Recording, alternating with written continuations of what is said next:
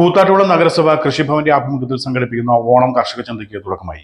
കൃഷിഭവന് സമീപമുള്ള ഇക്കോ ഷോപ്പിനോട് ചേർന്ന് 25-ാം തീയതി വരെയാണ് ഓണവിപണി പ്രവർത്തിക്കുന്നത്. കൂത്താട്ടുകുളം നഗരസഭ കൃഷിഭവന്റെ ആഭിമുഖ്യത്തിൽ സംഘടിപ്പിക്കുന്ന ഓണം കർഷക ചന്തയ്ക്ക് തുടക്കമായി. കൃഷിഭവന് സമീപമുള്ള ഇക്കോ ഷോപ്പിനോട് ചേർന്നാണ് വിപണി പ്രവർത്തനം ആരംഭിച്ചിരിക്കുന്നത്. നഗരസഭാ ചെയർപേഴ്സൺ റെജി ജോൺ ആദ്യ വിൽപ്പന നടത്തി ചന്തയുടെ ഉദ്ഘാടനം നിർവഹിച്ചു. ഏറ്റവും കൂടുതൽ വിനിമയം നടക്കുന്നത് പച്ചക്കറിയാണ്.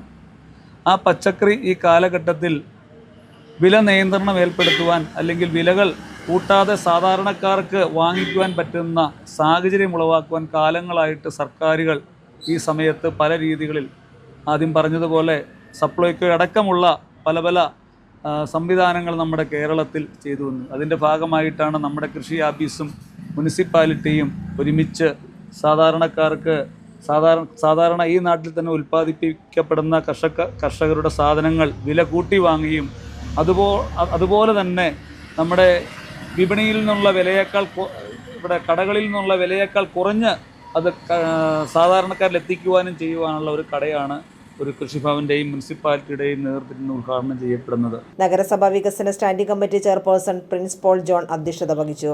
നഗരസഭ ഡെപ്യൂട്ടി ചെയർപേഴ്സൺ ലിസി ജോസ്, കൃഷി ഓഫീസർ അമിത കെ ജോർജ്, ആരോഗ്യ standing committee chairman PC Bhaskaran, പൊതുമരാമത്ത് standing committee chairperson Sara TS, division councillor Sunny Kuriakose, വിവിധ ഡിവിഷൻ കൗൺസിലർമാരും കാർഷിക വികസന സമിതി അംഗങ്ങൾ, കൃഷി അസിസ്റ്റന്റ് ആശാ പീതാംബരൻ തുടങ്ങിയവർ സംസാരിച്ചു. കർഷകരിൽ നിന്നും പൊതുവിപണിയേക്കാൾ ഉയർന്ന വില നൽകി ഉൽപ്പന്നങ്ങൾ നേരിട്ട് സംഭരിക്കുകയും ഉപഭോക്താക്കൾക്ക് പൊതുവിപണിയേക്കാൾ കുറഞ്ഞ വിലയിൽ ലഭ്യമാക്കുകയുമാണ് ചന്തയിലൂടെ ലക്ഷ്യമിടുന്നത്.